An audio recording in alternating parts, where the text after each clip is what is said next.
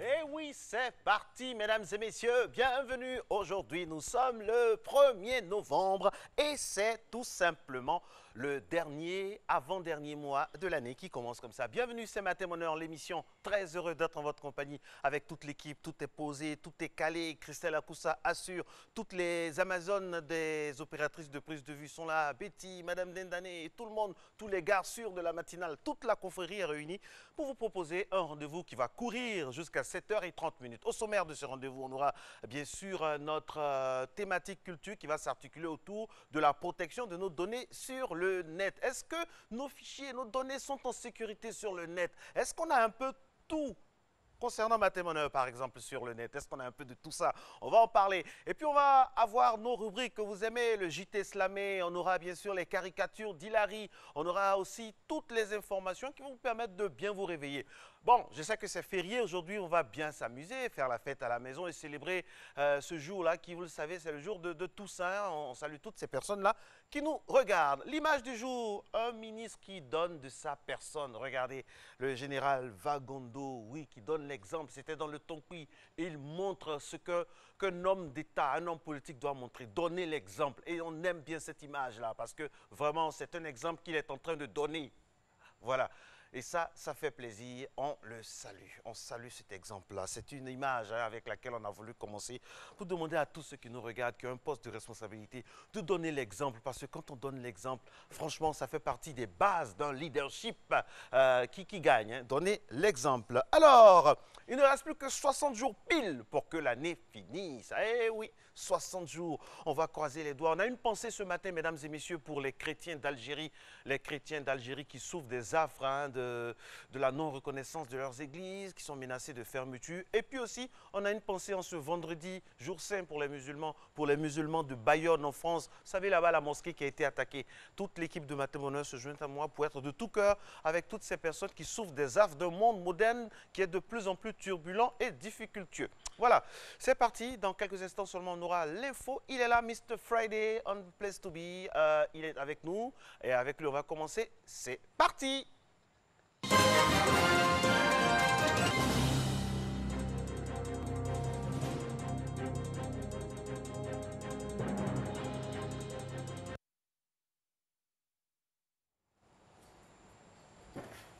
Mesdames et messieurs, bonjour et bienvenue dans ce premier point d'information sur Matin Bonheur. Ce vendredi 1er novembre 2019 est considéré comme un jour férié dans de nombreux pays, notamment en Côte d'Ivoire. Chaque année, à la même date du 1er novembre, est célébrée la fête de Toussaint ou la fête de tous les saints. Dans le monde du Celte, la nuit du 31 octobre au 1er novembre était le début de la nouvelle année. Le président Alassane Ouattara a marqué de sa présence l'ouverture de la 5e réunion extraordinaire du Conseil des gouverneurs de la BAD, la Banque africaine de développement. L'institution financière veut porter son capital de 93 à 208 milliards de dollars US. Toujours dans l'actualité, la société ivoirienne de raffinage, la CIR, a retrouvé sa capacité financière et sa capacité de production grâce aux actions du gouvernement ivoirien, a annoncé hier son directeur général Thomas Camara. Ce dernier s'exprimait en marge de l'inauguration de son réacteur hydrocracker par le Premier ministre Amadou Gon Coulibaly. L'hydrocracker avait subi un dommage le 2 janvier 2017 suite à un incendie. Et puis les rendez-vous du gouvernement, une tribune d'échange sur le programme social du gouvernement recevait hier le ministre de l'Administration du territoire et de la décentralisation. Rencontre au cours de laquelle Sidiki Diakité a encouragé les populations à s'approprier les déclarations des faits d'état civil au regard de leur importance pour les programmes de développement. Il est opportun de comprendre la perception de l'importance de la déclaration. En ne le faisant pas, l'on plombe la capacité du gouvernement à planifier le développement pour le bien-être du citoyen, a déclaré Sidiki Diakité. Et comme vous le savez, chaque année, le 27 octobre marque la journée mondiale du patrimoine audiovisuel. C'est l'occasion pour les Nations Unies de sauvegarder et de préserver l'histoire des peuples et des événements concernant la consolidation de leur mémoire. Cette année, le gouvernement ivoirien a décidé de mettre en relief le tourisme audiovisuel, sinon le patrimoine audiovisuel de la Gendarmerie nationale. C'est un reportage signé Franck Quadio. Un album feuilleté, les images d'entraînement, d'exercices militaires plus ou moins récents de ce corps d'élite, la gendarmerie, créée en 1962. Format visuel fixe ou vidéo, nous sommes à l'École nationale de la gendarmerie. La Fédération ivoirienne des créateurs et conservateurs d'images en Côte d'Ivoire a décidé depuis l'année dernière d'explorer les archives des institutions. Pour la journée mondiale du patrimoine audiovisuel édition 2019, la gendarmerie est choisie. La population, quand on dit gendarme, a toujours peur. Alors que la gendarmerie est une institution comme les autres, on peut la visiter, mais d'une manière méthodique. Donc nous avons voulu permettre à la population de venir découvrir ce qu'il y a à la gendarmerie. Que la gendarmerie aussi a ses archives, que la gendarmerie concourt à la mémoire de la Côte d'Ivoire, à l'histoire donc de notre pays.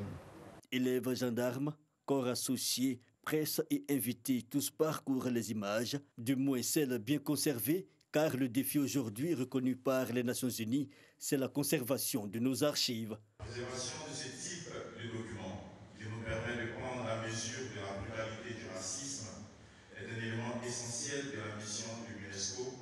Cependant, les matériels audiovisuels sont aussi extrêmement fragiles. Trop nombreux sont ceux qui sont perdus du fait de mauvaises pratiques de stockage. Le moyen trouvé, la numérisation. Un projet de 2 ans financé par le Japon pour juin 2020 permettra d'archiver plus de 15 000 enregistrements audio et 75 heures de documents audiovisuels. Au niveau local, il y a des efforts à faire. Selon les archivistes, la question préoccupe la tutelle. La fragilité du matériel audiovisuel nous oblige à repenser nos méthodes de stockage et de conservation. Le patrimoine audiovisuel peut disparaître à tout jamais pour plusieurs raisons. Négligence, catastrophes naturelles, destruction, manque de ressources, de qualification ou encore de structures appropriées. Nous ne pouvons que saluer toutes les initiatives allant dans le sens de la préservation de ce précieux héritage. La contribution des archives au bon fonctionnement des institutions cadres de la gendarmerie, c'est le thème retenu pour la journée mondiale du patrimoine audiovisuel en Côte d'Ivoire, édition 2019. Le thème 2019 salué par le représentant du commandant supérieur de la gendarmerie, le général Apalo Touré. Notons que la journée mondiale du patrimoine audiovisuel est célébrée chaque 27 octobre. Et nous terminons en parlant de la lutte contre le changement climatique. Une dizaine d'experts renforcent leur capacité à Bingerville. Ils prennent part à un atelier sur la biodiversité et l'agriculture durable. Il s'agira à terme de définir un plan d'action commun pour une meilleure formation des apprenants. On voit tout cela avec Astou Touré. 11 experts du Centre ouest africain du service scientifique sur le changement climatique se rencontrent à Abidjan. Cette réunion d'experts en changement climatique et en biodiversité a un double objectif: préparer la 4e promotion du WASCAL et renforcer les capacités des experts pour une formation de qualité. WASCAL, c'est le Centre ouest africain du service scientifique sur le changement climatique et l'utilisation adaptée des terres. Donc c'est est une organisation internationale. L'objectif est de servir l'Afrique de l'Ouest avec des services scientifiques comme son nom l'indique et nous entendons renforcer les capacités scientifiques et techniques de l'Afrique de l'Ouest pour faire face aux défis climatiques. Depuis 2012, la Côte d'Ivoire s'est engagée dans la lutte contre le changement climatique à travers le programme de formation doctorale sur le changement climatique et la biodiversité au sein de l'Université Félix Houphouët-Boigny. Toutes choses qui ont davantage contribué à son rayonnement en tant que leader pour la formation en changement climatique. De plus en plus, cette perturbation des climats dans nos pays, même au niveau des saisons des pluies, vous avez vu les pluies diluviennes abondantes à des périodes inattendues, ça témoigne déjà du fait qu'en Côte d'Ivoire, on subit effectivement le changement climatique. Donc dès lors, je pense que notre pays n'a que, à l'instar des autres pays, à s'engager résolument vers la lutte contre le changement climatique. Nous avons plusieurs programmes, mais celui-là particulièrement au sein de Wascal est un programme prioritaire pour la Côte d'Ivoire. À ce jour, le programme Wascal enregistre plus de 250 experts formés, 10 écoles doctorales. 2 autres programmes sont prévus en master au Burkina Faso et au Cap-Vert. Et voilà, c'est tout pour ce premier point d'information. L'information qui justement revient à 6h30. Je vous repasse le relais. Marcelin.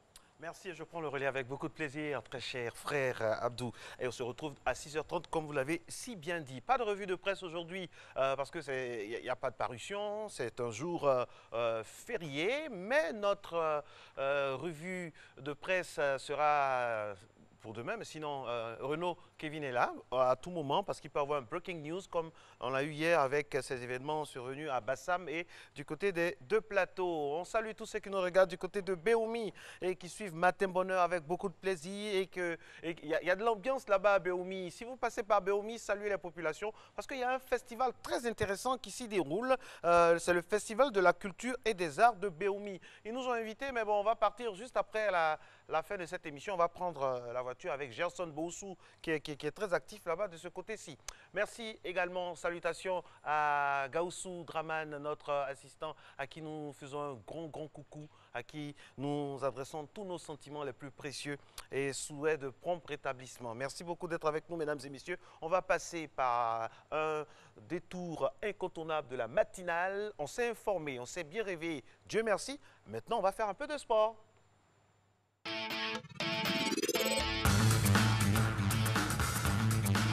J'espère que cette semaine sportive s'est bien passée à notre côté. Tout de suite, nous allons essayer de répondre à une question. Comment éviter le cancer? Pour éviter le cancer, il te faut diminuer les consommations de cigarettes et d'alcool, sinon les arrêter. Ensuite, te mettre au sport. Pas de musculation parce que la musculation n'est pas un sport, mais plutôt faire des courses, de la corde à sauter.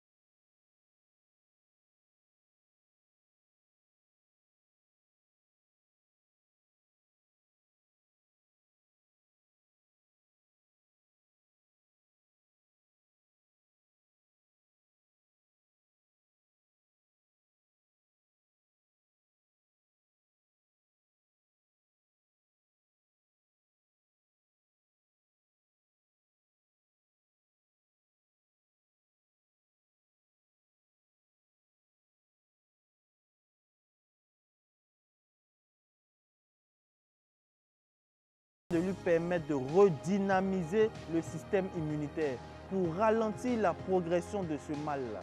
Rendez-vous la semaine prochaine pour du sport de qualité sur ton émission préférée, Matin Bonheur. Excellent week-end.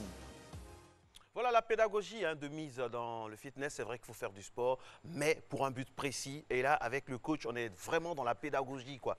Les informations afin d'éviter certaines maladies, certaines pandémies. On a trop de personnes, trop de choses qui arrivent, surtout à la jeunesse. Il ne faut pas être indolent, il faut bouger, quoi. Il faut manger, c'est vrai, mais il faut bouger, il faut faire beaucoup de sport. Et puis, il faut avoir cette habitude-là, cette habitude sportive qui nous conserve et qui fait qu'on a des doyens qui sont encore solides. Et quand on les voit, on est tout en admiration. Matin Bonheur se poursuit, mesdames et messieurs, avec maintenant votre passage obligé pour la nourriture. On va manger, ça fait du bien. Et si on allait décortiquer l'histoire d'un petit déjeuner? Où est-ce qu'il nous envoie aujourd'hui Jean-Marc Oka, notre assistant? On va découvrir ça ensemble.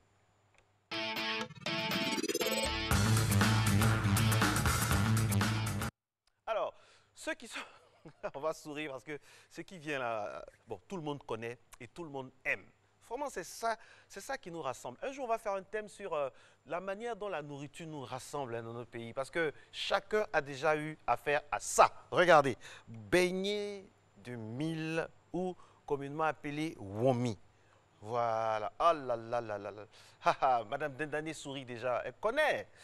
Les womi sont des galettes de mil ou de riz un peu sucrées. Ces beignets traditionnels peuvent être consommés à tout moment de la journée, soit avec le lait en poudre, ça c'est mon préféré, soit du lait liquide chaud ou froid ou du yaourt, yaourt nature sucré, yaourt nature simple ou encore du miel. Là là là là là là là.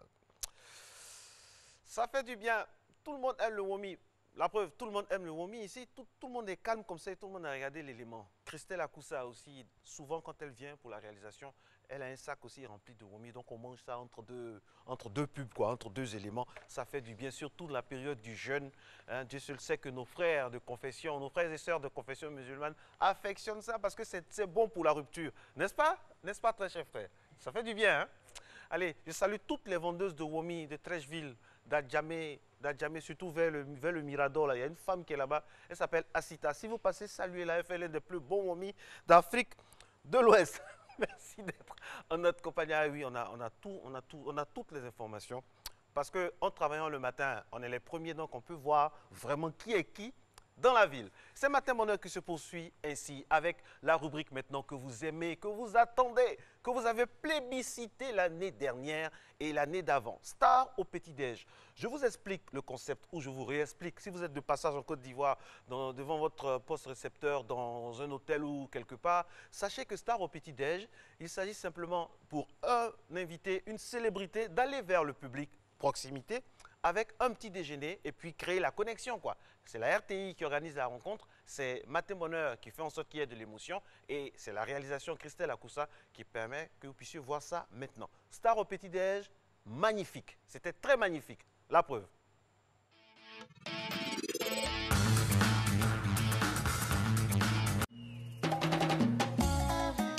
Ça, c'est un petit dégamage avec mon vieux bébé, oui.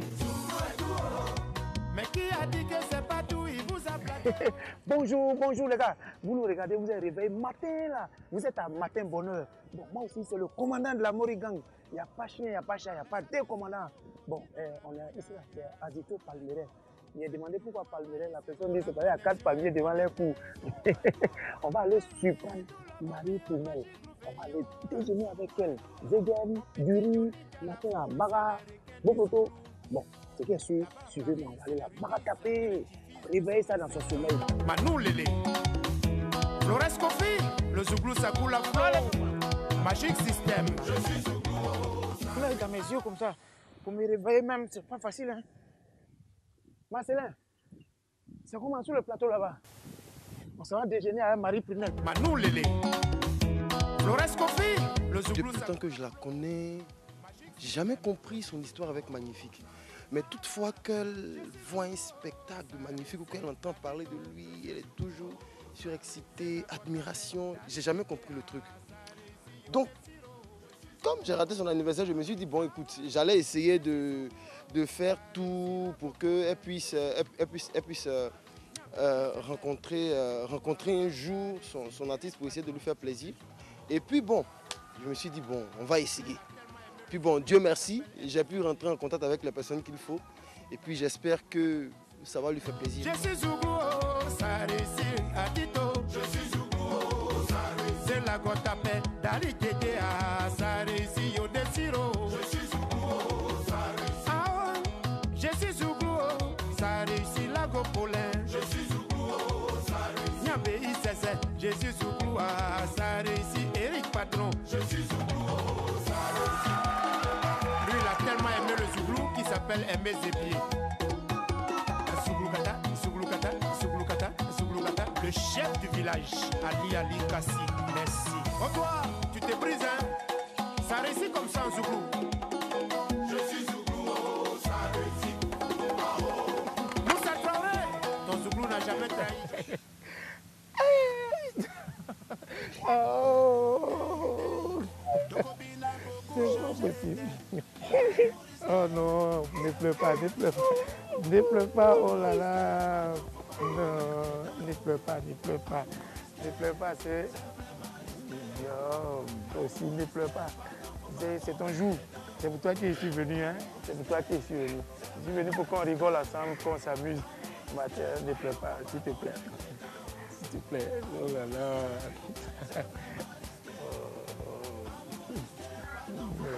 Ne pleure pas, Marie. Attends, assois-toi, assois-toi, assois-toi. Assois-toi, assois-toi. Non. Oh là là, ne pleure pas, hein. Je suis venu te voir, je suis venu comme de jeune matin là, je suis venu. Oh là là, on m'a tellement parlé de toi en bien que fallait que je vienne, hein. Allez. Mesdames et messieurs, on est à Zito Palmeret, derrière le cadre, un joli cadre où elle est. Celle qui me soutient, celle qui prie pour moi, celle qui vraiment m'accompagne en prière dans tout ce que je fais en spectacle. Celle qui voulait qu'on se voit. Elle ne savait pas, on lui a fait la petite surprise. Moi aussi, il fallait que je fasse le chemin pour qu'elle vienne te voir. Sois béni ici. J'ai connu, tu m'avais dit que tu avais ton gars. Oh. Moi aussi, je t'ai bien dit que j'étais marié. Oh oui, attention, on devait se voir sans mélanger nos foyers. Jalousie, tes discours, ça me donne beaucoup de soucis. Incompris, tes discours, ça me donne beaucoup de soucis. Hey, hey, ma copine a beaucoup changé. Oh. Hey, hey, ton copine a beaucoup changé.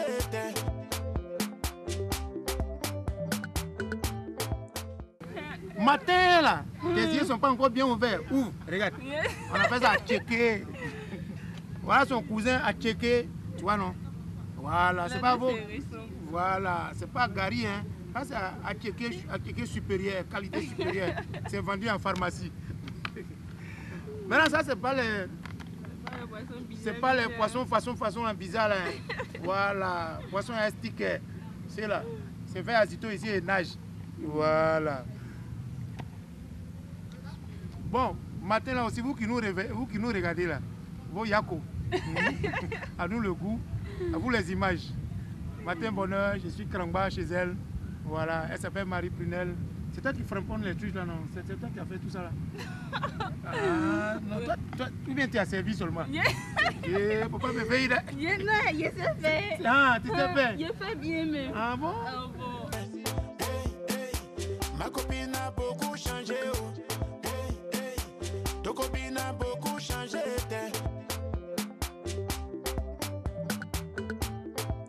4 heures du matin, c'est toi qui m'appelles, oh bébé. 2 heures du matin, c'est toi qui m'appelles encore.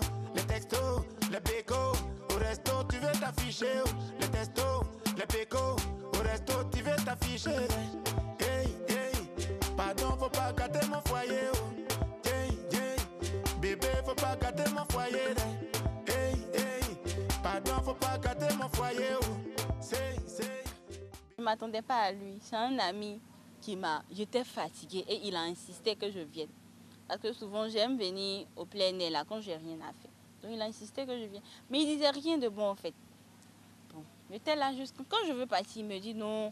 Il trouve des trucs en tout cas pour me bloquer. Et puis, paf. Voilà, magnifique qui arrive. Au fait, j'avais envie de rencontrer mon artiste comédien magnifique. Et... Parce que moi, aujourd'hui, comme ça, je l'ai vu, franchement, j'étais... Et puis, on a même mangé ensemble, on a déjeuné ensemble.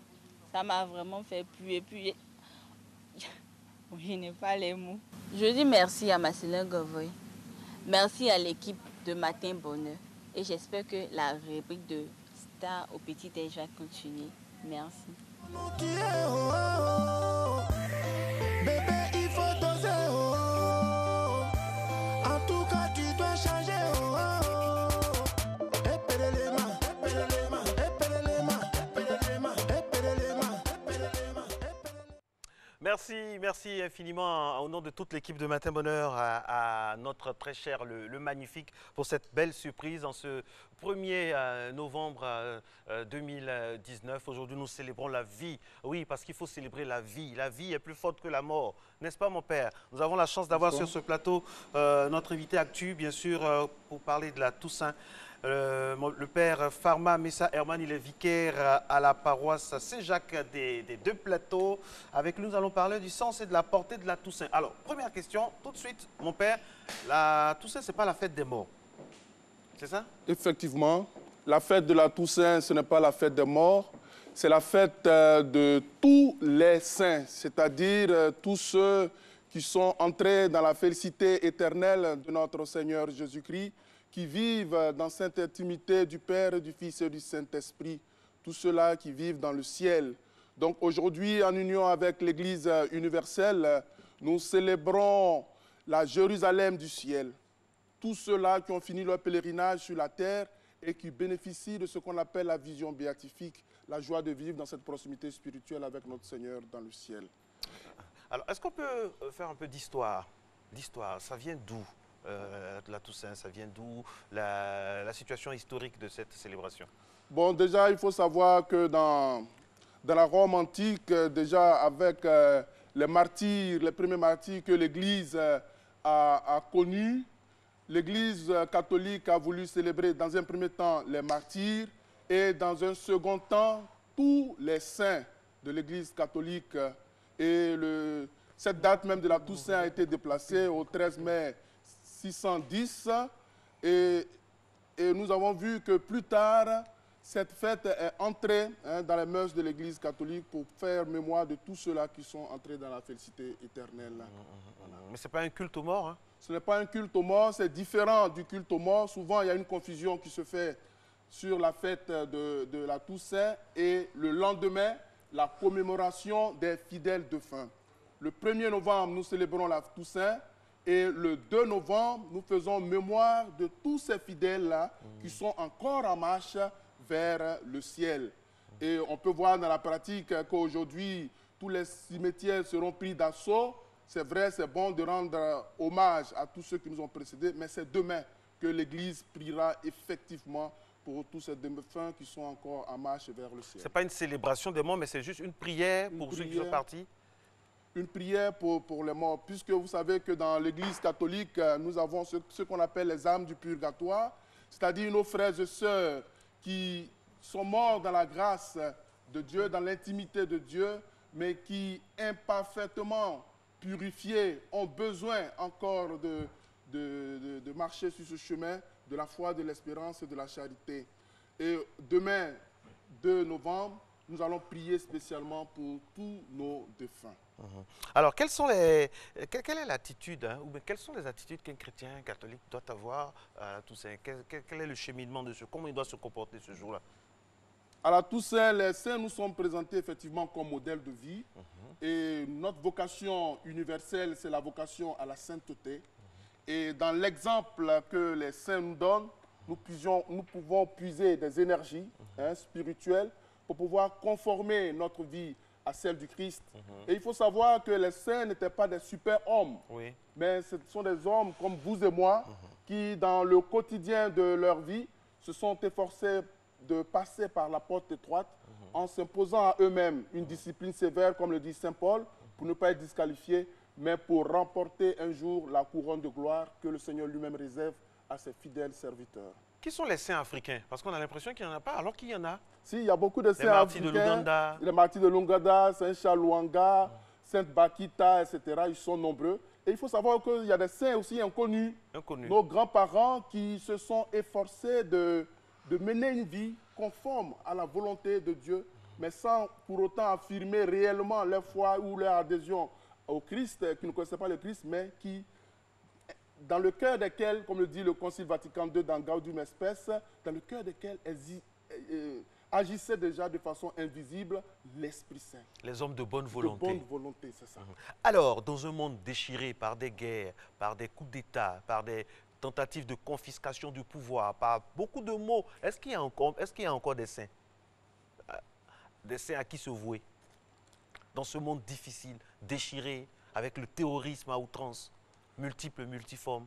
Je pense qu'à travers ce visage sombre que nous présente notre monde d'aujourd'hui, avec toutes ces spirales de la violence, des attentats terroristes, etc., et même des guerres ici en Afrique, il faut dire qu'il existe quand même ce qu'on appelle le petit reste, des hommes qui s'efforcent de pouvoir emprunter le chemin de la paix, le chemin de la justice et le chemin de l'amour. Et d'ailleurs, les textes de la Toussaint nous indiquent déjà les sillons de la sainteté, les chemins qui peuvent nous mener à la sainteté à travers les béatitudes. Heureux les artisans de paix, ils seront appelés fils de Dieu. Heureux ceux qui ont faim et soif de la justice, ils seront rassasiés. Et nous voulons être rassasiés ce jour de bons conseils, des conseils que l'Église donne. Aller à l'Église, prier pour que nous les hommes sur terre, ayons vraiment le comportement qui se rapproche de plus en plus des saints. Parce que le schéma que nos enfants peuvent voir aujourd'hui, franchement, n'est pas reluisant. Il faut qu'on puisse faire l'effort vraiment de ressembler à ces saints-là, ceux qui ont traversé le temps avec beaucoup de droiture, qui étaient, comme l'a dit mon père, des gens, des personnes comme nous. Ça veut dire que nous avons en nous cette possibilité-là dans nos cœurs d'accomplir des tâches dignes de sainteté. Merci beaucoup mon père. Merci. Mon père Pharma Messan Herman, vous êtes de la paroisse Saint-Jacques des Deux Plateaux. Restez avec nous, on revient tout de suite juste après la pub et puis la deuxième édition du Flash, cette fois le Flash Afrique avec Mr. Friday.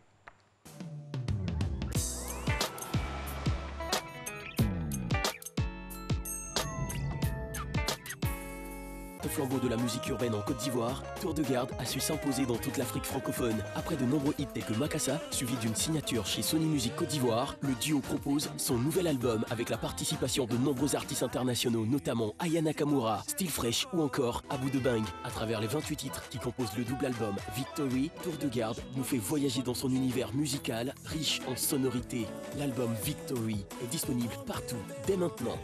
Victory, célébrons la victoire.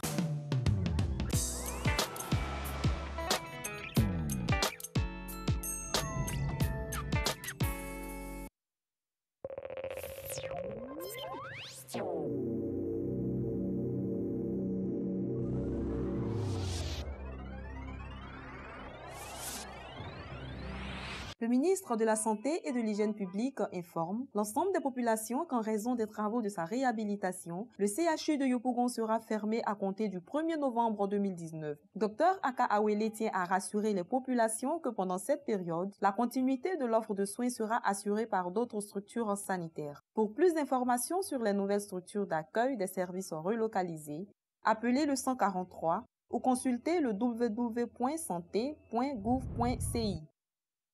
Le groupe Ecobank Côte d'Ivoire, en partenariat avec l'agence, organise la 2e édition du Salon de l'épargne, de l'investissement et du patrimoine, les 19 et 20 novembre 2019 au Sofitel Abidjan Hôtel Ivoire. Ce sont plus d'une dizaine de conférences et masterclass sur les différents enjeux et solutions de l'épargne et de l'investissement, ainsi que des analyses, débats et expositions pour comparer les produits les mieux adaptés à vos besoins. Venez rencontrer les acteurs clés de l'épargne et découvrir comment gérer et accroître votre patrimoine. Donnez une nouvelle dimension à vos finances. Inscrivez-vous et retirez votre badge en ligne sur www.salondelepargne.com.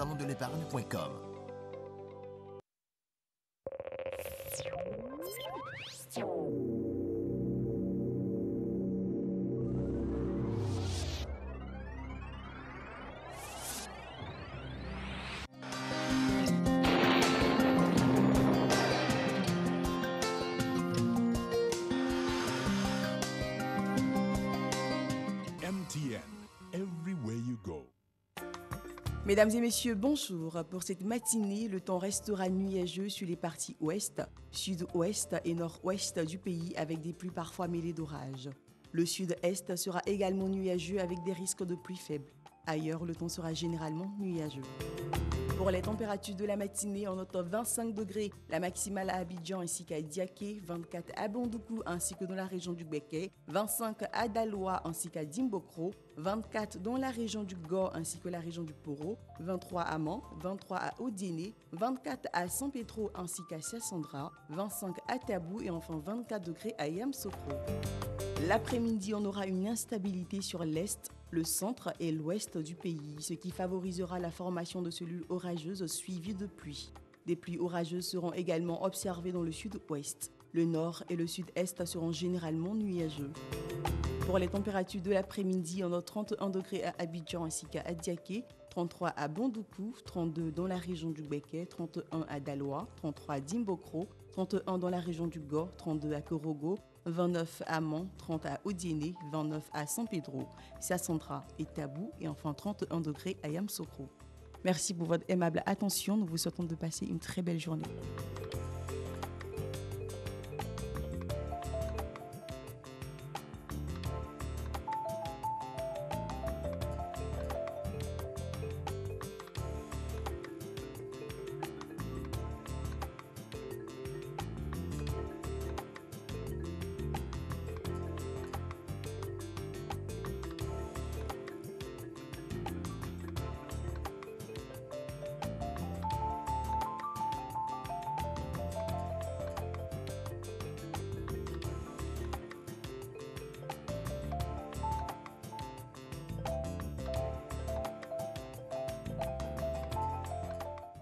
MTN, everywhere you go.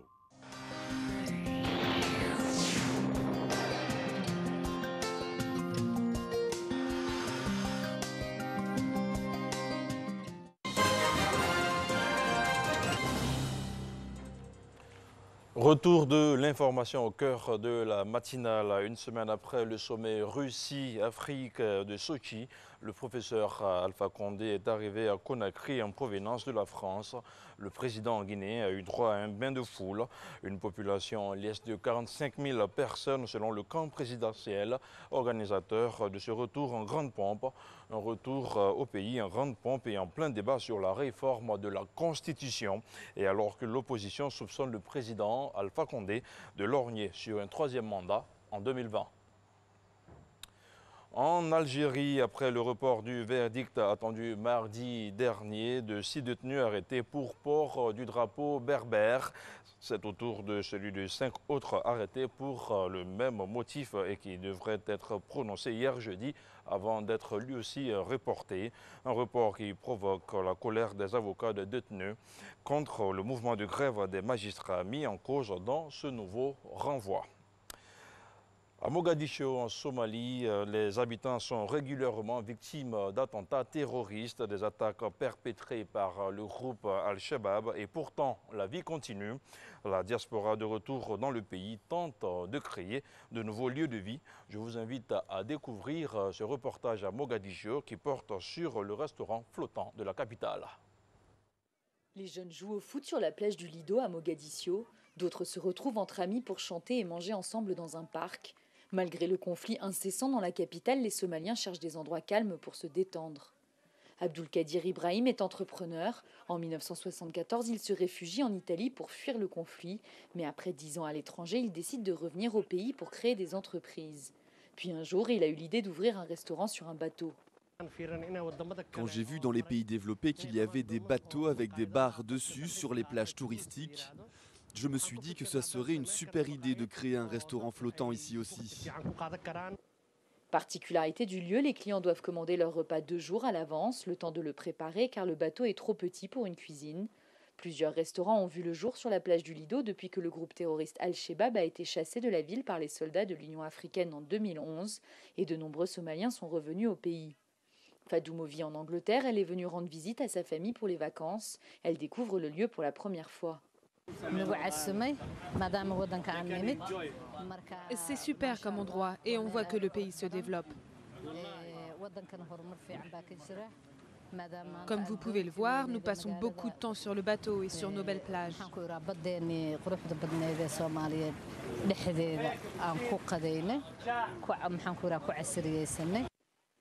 La plage, un des rares espaces publics de la ville, est devenu un lieu très prisé, ce qui en a fait aussi une cible pour les chebabs qui continuent de frapper la capitale régulièrement.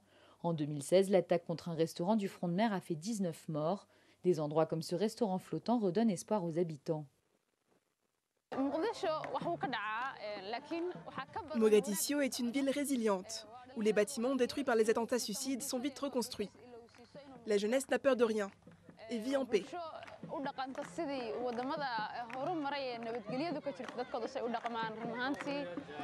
Malgré les tensions, de nombreuses entreprises voient le jour dans la capitale somalienne, créées par des commerçants locaux ou des membres de la diaspora. Le pays tente petit à petit de changer son image et cela fonctionne. Ces dernières années, de nombreuses compagnies aériennes étrangères ont commencé à proposer des vols vers la Somalie. Et nous terminons en musique en Afrique du Sud, où des dizaines de jeunes du township de Soweto, dans la banlieue de Johannesburg, apprennent le violon, le violoncelle ou encore la contrebasse. Pendant l'apartheid, des jeunes noirs n'avaient pas l'opportunité de faire connaître leur talent dans la musique classique, une musique jadis réservée aux Blancs. Regardez. Il y a 3 ans à peine, Sholani touchait un violon pour la première fois. La musique classique est depuis devenue son échappatoire. Ce Sud-Africain de 16 ans vit avec son arrière-grand-mère dans le township de Soweto. Sa mère, toxicomane, est rarement là. Le violon m'aide à oublier ma situation familiale et mon passé. Et mes devoirs aussi. Ça me détend.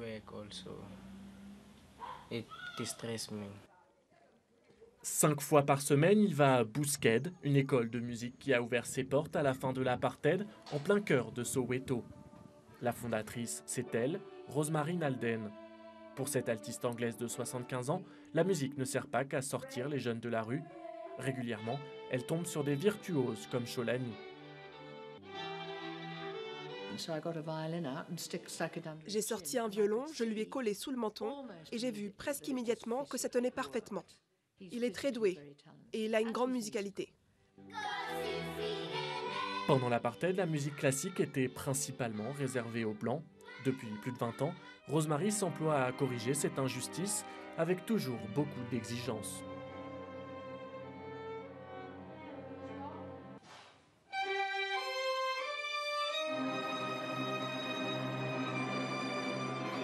Le résultat est là.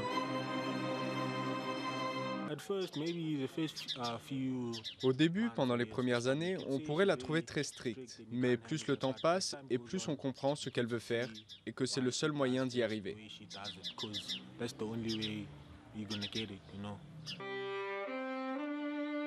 À force de travail, Mzwandile est devenu premier violon.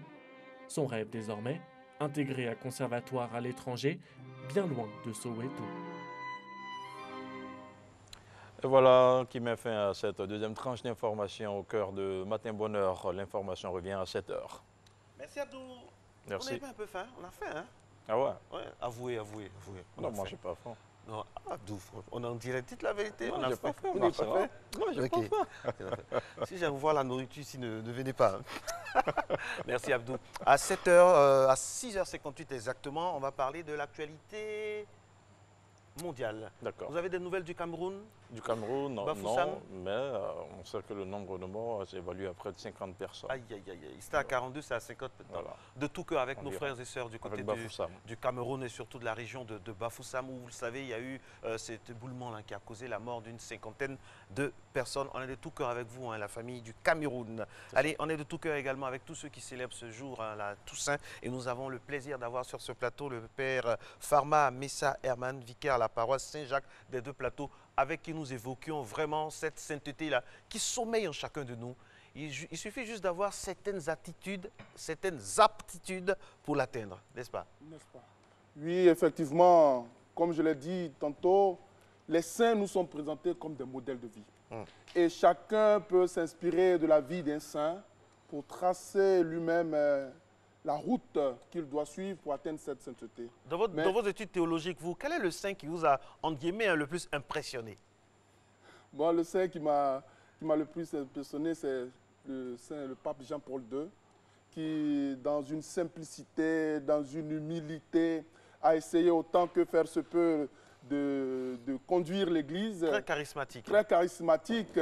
Et même à travers ses enseignements, à travers l'administration des sacrements, à travers toute sa pastorale, on a senti vraiment un homme charismatique qui était appelé à vivre un jour véritablement en communion avec Dieu. Moi, ce sont les martyrs de l'Ouganda.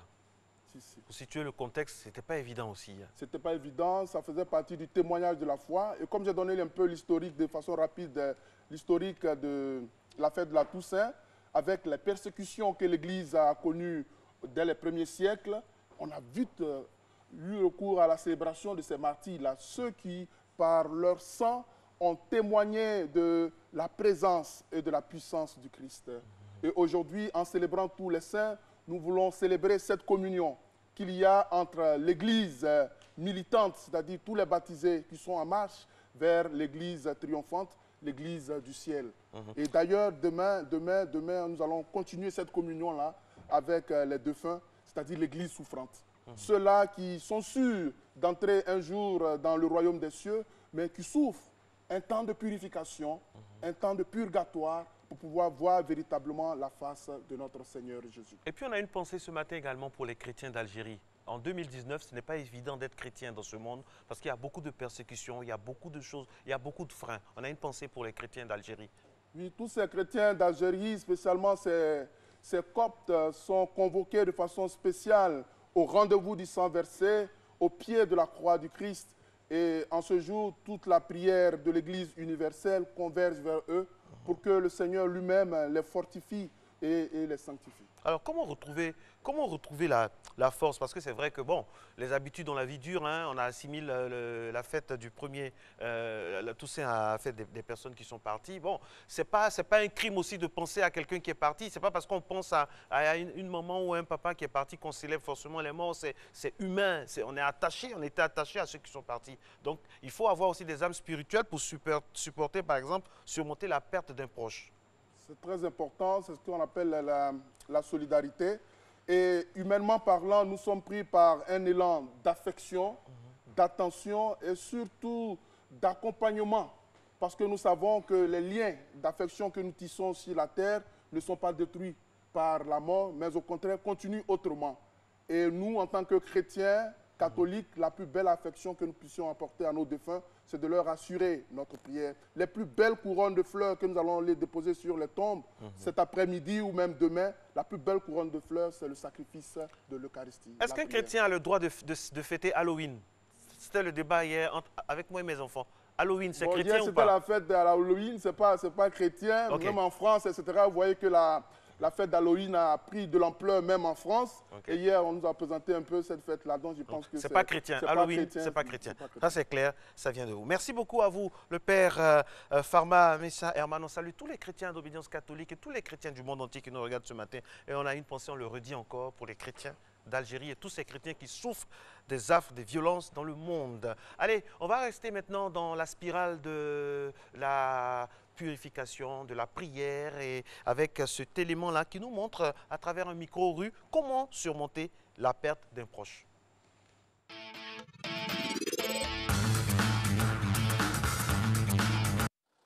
J'ai perdu des êtres très chers. Il n'y a pas tellement, il y a 3 ans, j'ai perdu même ma grande fille de 36 ans. Ça n'a pas été facile. Jusqu'à présent, je ne me suis pas encore remis. Je fais avec, mais ce n'est pas facile.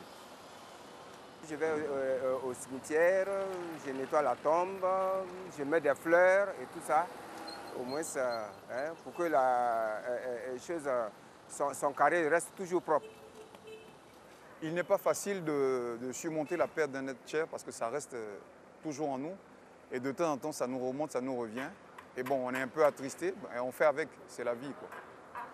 Pour surmonter la perte d'un être cher, bon, pour nous qui sommes, moi je suis chrétienne, je me suis pratiquement rabattue sur ma religion, sur la Bible, sur le Seigneur Jésus-Christ.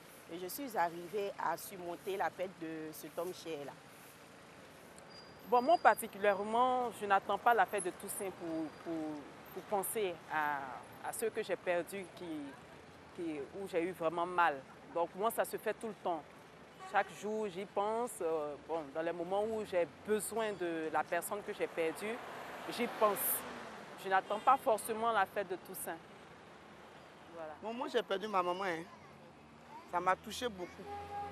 Donc, quand la Toussaint arrive comme ça, je me rappelle d'elle. Bon, je vais prier à l'église. Moi, je suis catholique, donc je vais à l'église. Je prie pour la maman. Parce qu'une mère, là, il n'y a pas d'heure. Hein. Quand tu as perdu pour toi, c'est fini. Donc, c'est ça. Ben, pour surmonter ce vide-là, je pense que je me souviens toujours de ces bonnes paroles, de ces bons moments qu'on a passés ensemble. Et puis, on essaie de faire avec. Je pense que ça c'est encore mieux. Merci à Christelle Akoussa et à toute son équipe là-haut qui manage depuis ce matin, qui confère à cette émission une écriture technique assez particulière avec des mouvements, avec de la vie. La vie, il en est question aujourd'hui parce que nous célébrons la vie. Aujourd'hui, pour nous, c'est la célébration de la vie. Et nous allons continuer dans ce giron-là avec une dame qui a décidé d'habiller les prêtres, tenues vestimentaires des prêtres, comment on dit ça, tenues liturgiques, c'est ça? Oui, les tenues liturgiques. Alors, bonjour Adeline Ouedraogo, vous êtes couturière. Oui. Alors, d'où vous êtes venue cette passion-là? Ben, quand on allait à la messe, j'admirais les prêtres et puis bon, je me suis décidée... Vous admirez la tenue des prêtres? Voilà, j'admirais la tenue des prêtres et comme ça, j'ai décidé de les habiller. Alors, quelle catégorie de tenues concernant les prêtres nous avons? On voit beaucoup de choses devant vous là. Oui, là, je suis venue avec des tenues classiques. C'est D'accord. qu'on a l'habitude de voir dans les magasins et autres, Voilà. les tenues classiques. Je rappelle que vous êtes assermenté, reconnu par l'Église catholique. Hein, oui. Parce qu'on ne se lève pas comme ça pour habiller les prêtres. Il y a Bien une sûr. organisation. L'Église catholique est très organisée. C'est les tenues On ne le dira classiques. jamais assez. Voilà, ça c'est les tenues Maintenant, classiques. oui, nous ça avons... c'est à quelle occasion par exemple qu'on porte ce genre de... À la fête de Marie, là, puisqu'il y a une image de Marie, à la fête mariale. Et ça? Et là, bon, pour les cérémonies ordinaires, les jours de fête, comme aujourd'hui, par exemple, qui est la fête de tous les saints. D'accord. OK, ça c'est fait. Oui. Et la particularité avec vous, c'est qu'il y a le cachet orange, blanc, vert. Voilà. 225, Voilà. Côte d'Ivoire. OK, nous avons essayé de valoriser, puisque l'Église nous permet cela, nous avons essayé de valoriser... L'Église est ouverte, l'Église catholique est très ouverte. De valoriser nos paillons locaux, wow. Les paillons ivoiriens, ça c'est un kita qu'on a mis au centre de la chasuble. Ah, c'est joli ça. Oui. Et ça, c'est à quelle occasion on met la ça, couleur c'est vert? le vert, c'est le temps ordinaire. Le temps ordinaire. Ça me rappelle mes cours de catéchisme. Ouais. Et le rouge, ça, c'est le jour de... Le jour de la fête du Saint-Esprit. Voilà. Wow, c'est joli ça. Il y a toujours le côté Côte d'Ivoire. Oui, on a essayé de valoriser vraiment nos pains. Vous voyez, c'est nos pains, le pain ivoirien traditionnel que nos mamans fabriquent au village. Nous essayons aussi d'utiliser leurs produits. D'accord. Et c'est dans quelle qualité, c'est quelle matière? Mis à part ce que vous avez pris, le pain ivoirien, là, c'est quelle matière les tenues des prêtres? Ils sont toujours magnifiquement vêtus. On a de belles images aussi en illustration. Alors, c'est quoi la matière? Bon, la matière, c'est un tissu européen qui vient de l'Europe, fabriqué en Europe, que nous utilisons. On ne peut pas trouver ça chez nous en Côte d'Ivoire ici. Autant rester totalement dans le local ou bien... Oui, c'est possible, c'est possible. On en fait aussi, on prend le pain carrément, le pain ivoirien, le pain africain, et puis on en fait des chasubles. C'est-à-dire le pain kita en entier même pour faire les chasubles de fête. Mais on dit que c'est très cher les tenues des prêtres, c'est vrai? Oui, à cause du coût de tout ce qu'on met dedans. Alors une tenue comme ça, vous pouvez passer combien d'heures là-dessus? 4 heures. 4 heures? Oui. Par jour, vous pouvez faire combien de tenues? Par jour, je peux faire 3 tenues. Et ça vous fait quoi? Ça vous fait quoi d'aller à l'église avec vos enfants, avec votre mari et de voir que le prêtre a porté une de vos tenues? Ah, ben je suis joyeuse, je suis contente. C'était comment la première fois? Ah, la première fois, c'était avec vous. Vous avez voulu crier, arrêter la messe, vous dites c'est moi qui fais la tenue, c'est moi, c'est moi. Je regarde, je veux même qu'on sache que c'est moi. Bon, effectivement, ça fait plaisir de les habiller. Et ils vous font des retours? Est-ce qu'il y a des prêtres qui aiment les tenues près du corps ou bien qui veulent que ce soit ample? Est-ce qu'il y a des préférences particulières? Ou bien pour eux, on donne seulement, ou bien ils sont compliqués? Non, ils sont compliqués. Hein. Ah ils bon? sont compliqués. Dites-nous tout, oui, madame. Ils sont compliqués et très exigeants. C'est-à-dire que les jeunes prêtres, maintenant, ils veulent vraiment plaire. C'est-à-dire quand ils s'habillent, ils veulent vraiment que le peuple plaire à Dieu oui, au public aussi. Et plaire aux fidèles. Donc, ils ne veulent pas s'habiller n'importe comment. Ils veulent que ce soit sur mesure. Voilà, sur mesure. Ah bon? On fait par exemple aussi les chemises, les clergies. On appelle ça les clergies. Les clergies. avec le col Pasteur. Donc, quand ils font des chemises comme ça, c'est sur mesure, pratiquement les près du corps. Mais on a l'impression même que parfois les tenues de l'Église catholique sont plagiées. Il y a beaucoup d'autres confessions qui prennent aussi les tenues catholiques. Vous avez remarqué ça, non? Ou bien peut-être je me trompe? Si, vous ne vous trompez pas. Effectivement, ils viennent même à moi. Ils veulent, par exemple, le père qui vient de partir, vous avez vu qu'il a porté une soutane. Oui. Maintenant, les autres églises commencent à porter les soutanes des prêtres. Bon, là, ça dépend de nos clergés. C'est eux qui doivent voir si c'est acceptable ou bien s'ils doivent réglementer cela. Mais sinon, ils viennent aussi à nous pour nous demander de leur confectionner les tenues. D'accord. Et le reste, là, qu'est-ce qu'on a? Là, c'est une aube. Ça se porte en dessous de la chasuble. Ah, d'accord. C'est une aube qui se porte en dessous de la chasuble. Mais par rapport à la chaleur, est-ce que on peut tenir, il ne fait pas trop chaud dedans? Ah ben oui, il transpire, hein. Il transpire au cours de la messe parce qu'il porte assez de tenue. Parce que pour une messe, par exemple, le prêtre, il se met d'abord en soutane. Et puis après, la soutane que le prêtre a portée, il se met en soutane. Après la soutane, il porte l'aube. Après l'aube, il met une étole. Voilà, il porte une étole, là, comme ça. Après l'étole, maintenant, il porte la chasuble. Wow. Tout ça pour une messe. Et ça, c'est la particularité des prêtres ivoiriens. Ils aiment s'habiller comme ça. Les prêtres ivoiriens sont chics. Ah, ils sont chics, hein? Ouais, les autres pays les envient. Ah, c'est vrai? Mais oui. Là même, on me sollicite, on me demande... Même dans les tenues liturgiques, les Ivoiriens sont swag. Non, vraiment, les Ivoiriens. Ils sont chocos. Ouais. Ah, c'est vous qui avez dit le mot. Ils sont chocos. Ils sont chocos. Oui. La choco-attitude liturgique. Oui. Et c'est important. Mais c'est bien d'être beau pour Dieu. C'est bien d'être beau pour Dieu. Le prêtre est beau, il est bien habillé. Bon, ça nous apporte, ça nous amène plus à la prière. Parce qu'on est heureux d'être avec eux. Mais il ne faut pas trop se concentrer pour regarder seulement la tenue du prêtre. Il faut être aussi concentré pour bien prier. Évidemment, évidemment. À ce jour, vous avez habillé combien de prêtres comme ça, si on veut compter? C'est beaucoup, hein. Quand une Ivoirienne ou un Ivoirien dit chi, c'est que vraiment... Parce que là, déjà, je viens d'habiller les prêtres d'une cérémonie, l'installation de l'évêque de Bondoukou. Et là, il y avait plus de... Et les évêques, ils portent quoi, de 100, par exemple? Vous avez des tenues d'évêques ici? C'est particulier pour eux? Ils ont un chapeau particulier, là? Oui, c'est le chapeau qui fait la différence. Oui. Sinon, le prêtre, l'évêque, il porte aussi les chasubles. Moi, je connais des évêques, hein. Leur finition, là, c'est pas la même chose, hein. C'est du haut de gamme, hein. C'est joli comme ça, mais il y a quelque chose, on sait que c'est pour l'évêque. Ah, c'est joli. Merci infiniment. Oui. Oh là là. Merci beaucoup. On a bossé quand même, hein, le fait de vous faire venir, de vous déplacer comme ça ce matin. Surtout aujourd'hui, vous êtes très sollicité. Ouais. Chapeau à toute l'équipe de la matinale, à la rédaction en chef, vraiment. Et puis félicitations pour tout ce que vous faites. Merci. Pour l'Église d'abord, pour Dieu. Oui. Pour Dieu. Parce que vous êtes avant tout chrétienne convaincue, c'est cela. Alors quel message vous avez apporté par exemple à ceux qui nous regardent en ce jour du 1er novembre? Aujourd'hui, évidemment, c'est la fête de tous les saints.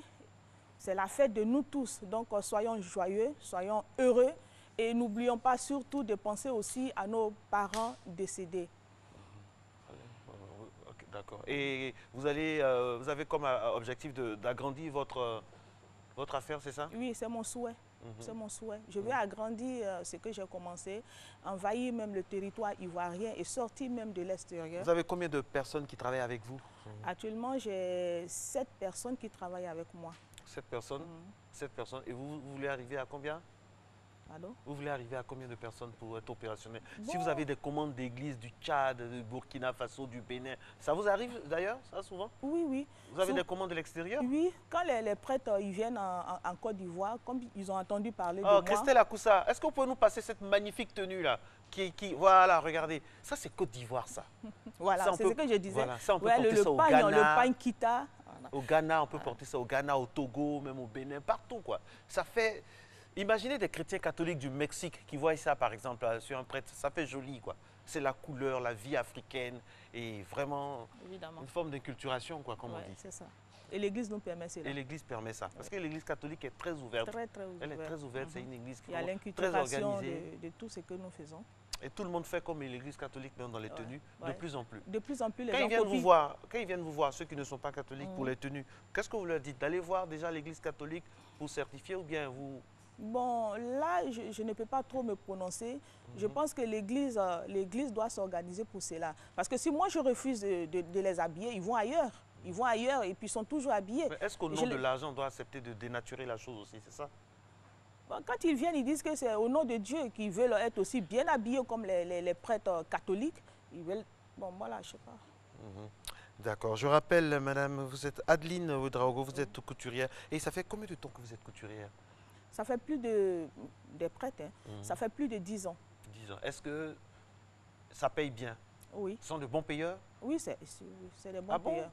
Il n'y a pas de crédit? Non, avec les prêtres, non, il n'y a pas de problème. Bon, le problème, peut-être, c'est au niveau des parents ou des amis qui viennent commander pour leurs parents. Bon, c'est eux qui payent difficilement. Sinon, le prêtre, non. Parce que le prêtre ne peut pas admettre qu'il va porter une tenue qui n'a pas fini de payer. Non. Moralement, il sera voilà, gêné. il est gêné. Donc, il est toujours correct, il est en règle. Et vous travaillez généralement avec quelle paroisse? Avec toutes les paroisses. Avec toutes les paroisses. Oui. Et vous êtes domicilié où? C'est où vous êtes? Yopougon, Cité Verte. Yopougon, Cité Verte. Yopougon. Salut tous ceux qui nous regardent de Yopougon, Cité Verte. Hein. Adeline passe à la télé. Si vous la voyez dans le quartier, vous pensez qu'elle ne fait rien. C'est parce qu'elle est modeste, elle est humble. Sinon, voilà ce qu'elle fait. Le monde entier vous découvre aujourd'hui. Et je parie, je prophétise, entre guillemets, après cette émission, vous aurez des commandes de partout. Amen. Aujourd'hui, c'est la fête, je suis heureuse. Oui, vous allez voir. Il y a beaucoup de personnes qui passent sur ce plateau. Hein. Merci beaucoup. Et après, qui sont bon, il y en a qui pensent à nous en nous appelant, il y en a qui nous oublient, mais ça fait partie du métier. En tout cas, c'est tout ce qu'on vous souhaite. On va récapituler au niveau des tenues. On a parlé des tenues et les écharpes. Là, ce sont les étoles. On les appelle des étoles. Les étoles qu'on porte sous les chasubles ou bien sans les chasubles. C'est aussi valable. Voilà. Le prêtre, il peut décider de porter ça seulement, même pour la messe. Mais généralement, il porte sous les chasubles. On me demande de vous demander le prix. Le prix d'une tenue complète ou bien d'une chasuble. On va aller étape par étape. Étape par étape, ok. Oui, le prix? Le prix, les prix varient selon les modèles, selon la broderie. Par exemple, et selon l'église, si l'église est à Tekoubé ou l'église de deux plateaux, c'est le prix pour tout le monde, la même chose. C'est le prix pour tout le monde, mais nous aussi, bon, on essaye d'être... Est-ce qu'il vous arrive d'offrir? Parce qu'on me dit aussi qu'il y a beaucoup de prêtres à l'intérieur, dans le fin fond, à l'intérieur du pays, qui n'arrivent même pas à avoir des tenues. Ça, c'est vrai.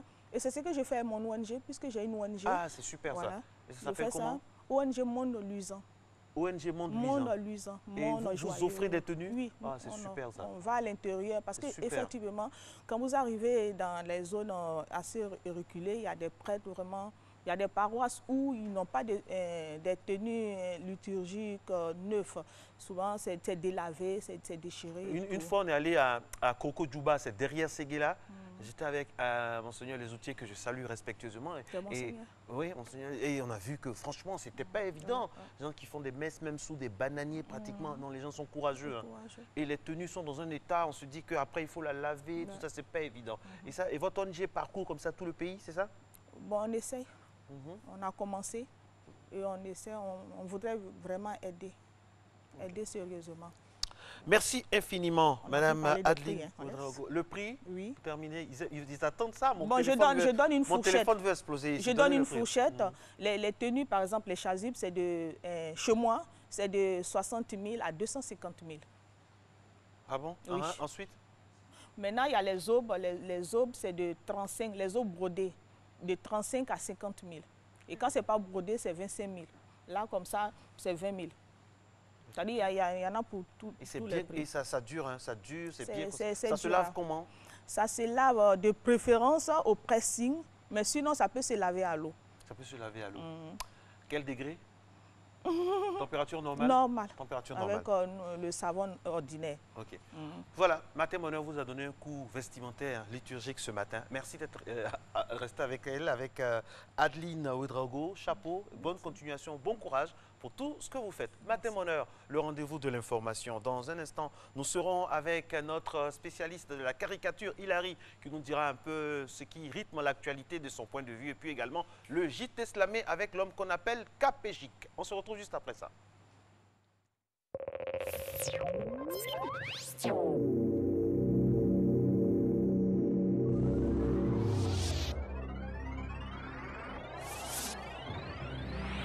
sous le parrainage de M. Amadou Gonkoulibaly, président du directoire du RHDP, sous la présidence effective de M. Kobe Nankwasi Adjumani, porte-parole principal du RHDP. Le RHDP France, en collaboration avec la direction exécutive adjointe en charge des militants de l'extérieur, organise sa rentrée politique le samedi 2 novembre 2019 sous le thème « La diaspora pour le RHDP, l'espérance d'un avenir meilleur pour la Côte d'Ivoire » au 128 rue de Paris 93 100 au Palais des Congrès de Montreuil à partir de 11h. L'URHDP, la force d'une Côte d'Ivoire rassemblée.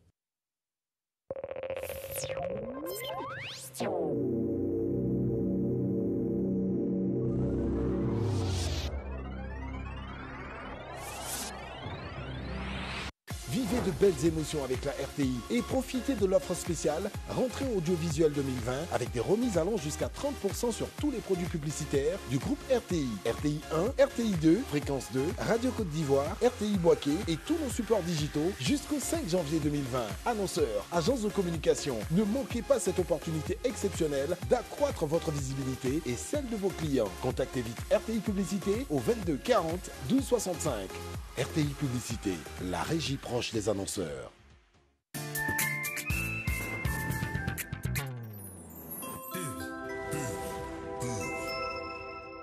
Du 8 au 29 novembre 2019, c'est Jumia Black Fridays. 3 semaines de promo record, 4 vendredis de folie avec jusqu'à 80% de réduction. Télévision Nasco 32 pouces à 57 900 francs, Samsung Galaxy A10s à 68 900, paire de tennis et baskets à partir de 4 000 francs. Ventilateur UK 16 pouces à 8 200 francs, réfrigérateur Smart Technologie 85 litres à 59 900 francs. Rendez-vous tous les vendredis de 0h 1 minute pour des méga ventes flash sur l'app.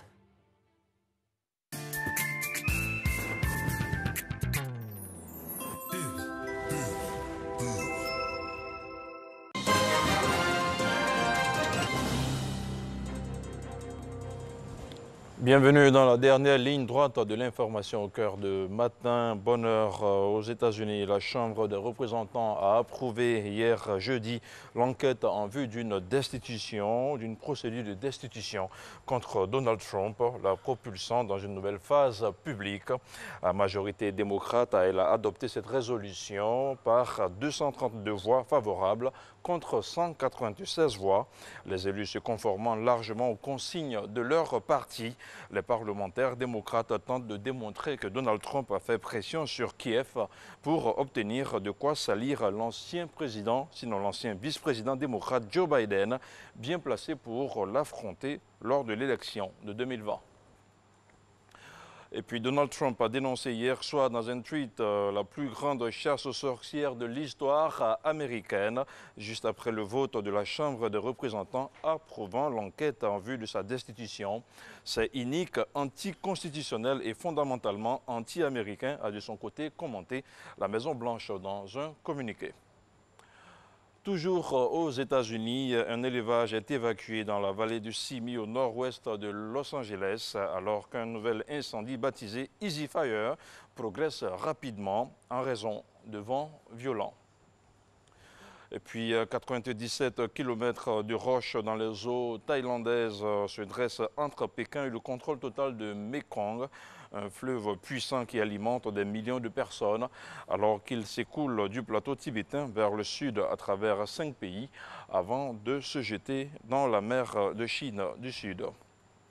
Mission accomplie, c'est par ces mots que l'alpiniste népalais Nirmal Purja a annoncé mardi avoir établi un record historique en gravissant en seulement 7 mois les 14 montagnes de plus de 8000 mètres d'altitude que compte la planète. Le message a été posté depuis la cime de Shishapangwa, sommet chinois qui était le dernier des plus de 8000 qui lui restaient à conquérir. En Europe, de Spider-Man à Mario, des milliers de fans se rassemblent à Lucca, en Italie, pour l'ouverture du festival Lucca Comics and Games 2019, un festival qui va durer 5 jours. L'an dernier, plus de 250 000 personnes ont visité la ville, dont près de 19 000 venus de l'étranger. Et puis, je vous propose de suivre à présent cette image des tombes creusées dans la roche, des galeries à perte de vue, des ascenseurs et un système de ventilation sophistiqué. Une immense nécropole souterraine a été inaugurée mercredi dernier à Jérusalem sous le plus important cimetière juif de la ville. La nécropole notamment moderne en fait la une en Israël. Après 3 ans de travaux, ce nouveau lieu de sépulture peut accueillir 8000 tombes et à terme environ 23 000 selon le concepteur. Et puis nous terminons avec cette brève à la célébration de la Toussaint. Des maîtres et maîtresses inconsolables viennent se recueillir sur la tombe de leurs plus fidèles amis. Aux portes de Paris, le cimetière de chiens d'Anières vient de fêter ses 120 ans. Il héberge le repos éternel de plus de 800 animaux, parmi lesquels quelques célébrités. Et c'est ici que l'on s'arrête pour ce point d'information. Merci beaucoup, mon très cher. Et on vous retrouve vendredi prochain. Vendredi prochain, Mais Inch'Allah. demain, vous êtes là pour là. la matinale. Samedi et dimanche. Samedi, dimanche. Ouais. Et c'est là que nous, on se repose. Merci C'est ça. beaucoup. Merci. Merci, mon très cher. Bonjour, Hilary. Bonjour, Le chefou pour les intimes. Hilary, c'est toujours un plaisir de vous avoir. Comment se porte le syndicat? Ben, le syndicat va bien. Va bien. Chimté de la Peña. Oui, il va bien, tout le monde va bien. Bibi la diva, Franck Afo, l'enquêteur. Alors, avec vous, on va croquer l'actualité en caricature. On y va. Alors, cette semaine, l'actualité a beaucoup bougé. Donc, on dirait qu'il y a eu donc, un rebondissement dans l'affaire Simone Gbagbo contre la CPI. Alors, cette semaine... Bensouda veut Simone Gbagbo. Voilà, cette semaine, les autorités ivoiriennes ont donc transmis des informations demandées par la CPI à la CPI. Il faut dire que cela fait suite à un mandat d'arrêt de la CPI qui avait été mis depuis 2012, mais qui n'a pas été exécuté par les autorités ivoiriennes. Ok, alors elle dit quoi? Mais c'est quoi ça? J'ai déjà été jugé. Ok, voilà. Ça c'est la caricature. Ensuite, nous avons... Deuxième... Oui. Il y a eu donc une passe d'armes entre M. Big Togo du RHDP et M. Alain Lobognon pour Soro. Big Togo dégaine, Lobognon tire. Voilà. Bon, donc M. Big Togo dit que l'annonce de la candidature de M. Soro a été faite dans un hôtel à Barcelone. Et M. Lobognon réplique pour dire que bon, l'annonce aussi de les présidentielles de 2011 a été aussi faite dans un hôtel. Donc, en fait, si on comprend bien, c'est une affaire d'hôtel. Et comme les hommes aiment les hôtels, bon, on se demande bien ce que cela va donner. Mieux vaut en rire. Mieux vaut en rire. La suite. Le président Alpha Condé, donc, en marge du sommet de Sochi, qui s'est tenu du 23 au 24 octobre dernier donc en Russie, a demandé, il a créé le buzz parce que il a débuté une conversation avec le président Poutine en public et il a demandé à le voir en aparté. On imagine un peu pourquoi. D'autant plus qu'il est partant pour certainement un troisième mandat et il veut une modification constitutionnelle. Il a vu le président Poutine de côté. Voilà. Comme on dit pour le manager. Voilà, pour le manager. Donc ça a créé le buzz sur les réseaux sociaux. Et ensuite, on y va avec... Bon, donc on sait depuis 2016 que la Grande-Bretagne veut quitter, n'est-ce pas, l'Union européenne. Donc c'est ce qu'on appelle le Brexit. Alors, la semaine dernière, il était question que cette décision soit entérinée, mais il s'est trouvé que les autres pays de l'Union européenne ont demandé à ce que cela soit remis au 31 janvier 2020. Donc, un report, comme on dit. Et puis, on va terminer par la mort du chef de l'État islamique, le chef al-Baghdadi. Oui, le chef al-Baghdadi est décédé. L'annonce de son décès a été annoncée par Donald Trump. Il est mort donc dans la nuit du 26 au 27 octobre dernier. On sait que Daesh est un État islamique totalitaire, donc à cheval entre la Syrie et l'Irak. Voilà. L'image là, c'est comme si c'était une pieuvre parce qu'elle est tentaculaire. On sait que les organisations terroristes sont comme ça, quand on tue un chef, un autre renaît. L'actualité croquée comme ça fait du bien. Et c'est tous les vendredis comme ça sur RTI1 à Matin Bonheur avec le chef Hilary Simplice. Merci beaucoup. On attend les aventures de Franck Afo. C'est à partir de quelle heure? 11h pile. 11h pile. Merci beaucoup. Et salutations à toute la famille, les réseaux sociaux qui vous suivent et qui vous soutiennent. Et puis transmettez nos respects déférents à M. Lassane Zouré qui vous suit également. Merci et puis beaucoup. aussi à Mendoza et Karamba et à tout le monde, à toute la team. Vous nous faites sourire, les Ivoiriens depuis des années et ça fait du bien. bien, mon Dieu, que ça fait du bien. Le slam aussi fait du bien. Le JT slamé au pas de course avec l'homme qu'on appelle Capégique pendant que ma très chère Christelle Akoussa, là, je fais du slam comme ça, pendant que ma très chère Akoussa est toujours là, elle est krongba, c'est ça, on est là. Comment ça va, Capégique? Très bien, Marco. Alors, on dit quoi, Babi? On y va. Vendredi 1er novembre, jour de la Toussaint, on marque une petite pause et on repense à tous ceux qui nous ont dévancés, oui, auprès du Créateur. Comment combler ce vide que vous laissez dans nos cœurs? Les gars, vivons notre vie, mais pensons à ce jour, car la mort, c'est comme ton Joe, chacun à son tour. Alors faisons du bien autour de nous, on ne sait jamais. N'attends pas que quelqu'un parte pour lui dire que tu l'aimais. Hein? Tu as compris? N'attends pas que quelqu'un parte pour lui dire que tu l'aimais. Repose en paix, Yoruba. Repose en paix, Zeus d'Afrique. Sur Internet, tu es toujours encore l'objet des clics. Même absent de la scène, ton nom fait le bara, prix du meilleur artiste francophone au Afrima. J'imagine le direct qui allait suivre ces trophées. Mais oui, ça allait prophétiser. Eh Dieu. Heureusement que Kong arrive pour nous faire danser un peu. Félicitations Daichi, on vit notre gourmet comme on peut. Comme la vie continue, parlons actualité. La première dame à Paris, le pays est représenté. Au Salon du Chocolat, 25e édition, la première dame est la marraine. Bonne dégustation. Venez, venez les go, venez, venez les gars, les députés ont sciencé, la dot est légale. On pouvait t'arrêter si tu faisais ça avant. Maintenant, c'est légalisé, donc dotons-nous vivants. Mais les parents, s'il vous plaît, n'augmentez pas les frais annexes. C'est une question de sentiments, ce n'est pas une course à la richesse. C'est vrai qu'il y a la dot, mais n'oublions pas la mairie. C'est là-bas qu'on bénéficie des vrais droits du mariage. Parlons un peu de sport. Bravo Nicolas Pépé. 2 coups francs magistraux en plein Lucan jeudi dernier. Classement de la CAF, la Côte d'Ivoire est 10e. Vrai, là, c'est pas où. Ne nous laissons pas distraire.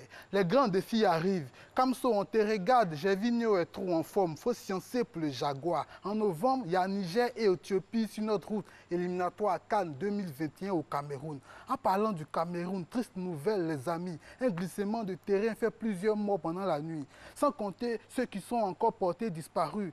Yako au Cameroun, la Côte d'Ivoire vous salue. C'est le lieu de rappeler. Soyons prudents en temps de pluie. Prenons les dispositions. Mieux vaut prévenir que guérir. Parlons de politique. Sur les rings, il n'y a pas pitié. Ça casse les papos, ça brûle les amitiés. 2020 approche, les gens font échauffement. Ce qui compte en politique, c'est la réalité du moment. Ce qui est sur les vieux mogos. Faites tout ça sans bang-bang. En 2020, on va voter. Celui qui gagne à Banan. Hein? Faites tout ça sans bang-bang. Celui qui gagne à Banan. Abidjan va trop vite. Chaque jour, il y a un nouveau. Tu veux bien t'affairer? T'inquiète pas, c'est mon boulot. Vendredi matin, bonheur. La famille, on garde la flamme. Te voici informé. Bonne journée. On est en slam. Big up, l'homme qu'on appelle Capégique, tous les vendredis, le JT slamé. Ah, ça fait du bien de passer nos informations, de passer de la caricature comme ça à lui. Merci beaucoup. On va aller maintenant pour la dernière salve de cette émission. Nous allons recevoir Lala Meita qui nous parlera bien sûr de la sécurité sur Internet. Est-ce que nos données sont en sécurité sur la toile, sur Internet? Elle va nous en parler juste après ceci.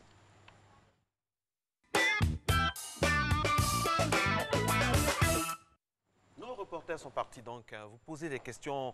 Comment vous réagissez par rapport à la sécurité sur Internet? Est-ce que les mots de passe, tout, est-ce que vous tenez en compte? Comment vous appréhendez la protection, tout ça? Eh bien, on voit ce micro-trottoir.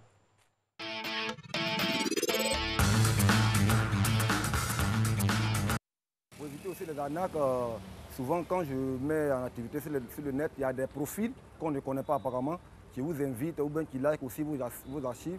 Bon là, il faut s'en méfier. Moi, de mon côté, quand il y a des profils que je ne connais pas, j'évite de liker. Protéger mes données personnelles, je pense que j'ai dû prendre des mesures. Ce n'est pas tellement commode, mais je ne mets pas toutes mes informations claires sur les réseaux sociaux. Déjà, mon nom, en commençant par mon nom, je mets un surnom déjà. Et l'âge et tout ce qui me concerne en clair, j'essaie de donner un minimum de détails. Bon, pour protéger mes données sur les réseaux sociaux, d'abord j'essaie de voir si une personne m'envoie une amitié, j'essaie de voir si on a au moins 4 amitiés en commun. Si oui, je l'accepte. Mais même bien vrai que quand je l'accepte, que je vois qu'il a des messages illicites, ou bien des messages d'arnaque, automatiquement, moi je le bloque. J'ai choisi tout simplement de quitter les réseaux sociaux, de ne pas me connecter, d'appeler qui je veux appeler et de chercher à donner mon argent à qui je veux donner purement et simplement. Éviter aussi d'échanger des contacts avec des personnes qui sont vraiment inconnues à moi. Voilà. Et éviter aussi d'ouvrir mes comptes à des personnes, c'est-à-dire de montrer mes comptes à des personnes qui sont inconnues à moi, même connues à moi aussi, parce qu'on ne sait jamais, parce qu'ils peuvent véhiculer ce code-là à des personnes. Je manipule rarement les réseaux sociaux, même pour acheter quelque chose, même consulter quoi que ce soit, non. Je vais y avoir des informations, je vais plutôt sur Google pour savoir qu'est-ce qui se passe, sinon aller sur les Facebook, les autres choses, vraiment, je vais là-bas rarement. Lala Meita, bonjour. Lala Meita Soumaoro Kone, vous êtes juriste, directrice de stratégie de développement dans une entreprise de la place. Est-ce que nous sommes en sécurité lorsque nous allumons nos ordinateurs ou nos smartphones? Eh bien, bonjour d'abord. Je vous dis que non, en fait, nous ne sommes pas en sécurité. Parce que... commence bien. Ben oui, ça commence très très bien. Parce que beaucoup de personnes pensent que leurs données personnelles sont personnelles. Enfin, en tout cas, légalement, ça doit être le cas. Puisque avant d'utiliser vos données personnelles, que ce soit Facebook, Google ou même les sociétés de téléphonie locales, doivent vous demander la permission avant d'utiliser vos données, que ce soit pour elles-mêmes ou pour un tiers. Donc vous êtes d'accord avec le fait que certaines entreprises, lorsque vous y entrez, quand vous donnez un ordinateur, c'est cet ordinateur-là qui vous suit jusqu'à la sortie de l'entreprise. C'est l'idéal? Oui, pour l'entreprise. Pas nécessairement pour l'employé, mais pour l'entreprise, oui. En quoi ça peut être nocif à l'employé? Si jamais l'employé a des données à caractère personnel, que de toute façon on fait sans faire exprès, hein, vous avez votre ordinateur de bureau, vous n'avez pas votre ordinateur de maison, donc forcément vous allez mettre... L'historique dit tout. Oui, vous allez mettre forcément votre mail personnel, parce que de temps en temps, moi par exemple au début de ma fonction que je viens de prendre, j'ai eu à mettre mon adresse personnelle dans mon ordinateur pour pouvoir recevoir les mails au début, le temps qu'on configure mon adresse professionnelle. Donc oui, ça peut être préjudiciable à l'employé, mais pour l'employeur, c'est l'idéal. Moi, en tant qu'employeur, je préfère maîtriser tous les mouvements de mon employé en ayant ça frise le voyeurisme? Non, légalement, l'employeur n'a pas le droit de regarder pendant que vous travaillez. Il peut, oui, certes, vérifier par son service IT que vous n'êtes pas en train d'utiliser son ordinateur, comme dirait l'autre, pour aller chercher soit du travail ailleurs, soit des informations, etc. Mais non, en tant qu'employé, votre adresse professionnelle vous appartient. Alors justement, vous êtes juriste, vous avez mis le pied dans le plat. Qu'est-ce que la loi dit à propos de la sécurité informatique sur Internet? Alors, on assiste de plus en plus à l'amélioration des sécurités, de la sécurité donc des données personnelles. En Côte d'Ivoire, on a vraiment la RTCI, par exemple, qui vient de faire un séminaire à ce propos. Ils essayent de carrer au maximum. Il n'y a pas que l'employeur, pas que l'entreprise. Il y a Facebook, il y a Google. Facebook qui vient d'être condamné à la plus lourde amende au monde, 5,5 milliards de dollars, parce que les données à caractère personnel ne sont pas personnelles. En fait, Facebook vend les données et il y a eu un scandale au niveau de Cambridge Analytica, puisque Facebook a vendu les données lors de l'élection de Donald Trump. La société qui s'occupe donc de changer des sondages, etc., a pu utiliser ces données-là à caractère personnel pour pouvoir faire gagner Donald Trump. D'où la question qui fâche. Est-ce que Facebook nous espionne? Oui, Facebook nous espionne. Mais c'est nous qui fournissons à Facebook des données. On donne le bâton pour se faire battre. Exactement. Si vous mettez... moi, par exemple, je suis blogueuse. Donc, forcément, je donne des détails de ma vie de mère, d'entrepreneur et d'employé.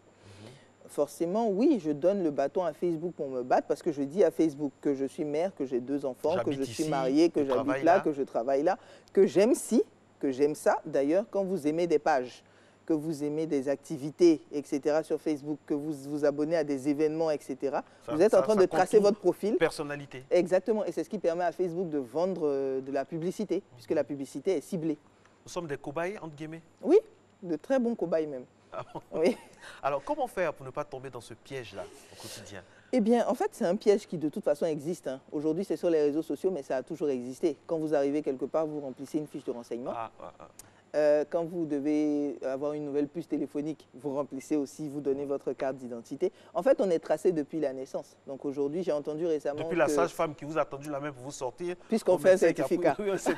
Jusqu'à votre mort, vous êtes tracé. Donc j'ai entendu récemment à la radio qu'on allait lancer le numéro unique pour les Ivoiriens, par exemple. Nous sommes aussi tracés de cette façon-là. Nous sommes espionnés. Est-ce que c'est juridiquement, c'est normal? Est-ce que ça respecte la loi? Oui, ça respecte pour l'instant. Qu'est-ce que les droits de l'homme disent par rapport à ça? Bon, par exemple, pour Wikileaks, c'était une violation... on y arrive. Oui, c'était une violation vraiment flagrante des consommateurs, de la vie privée des Américains.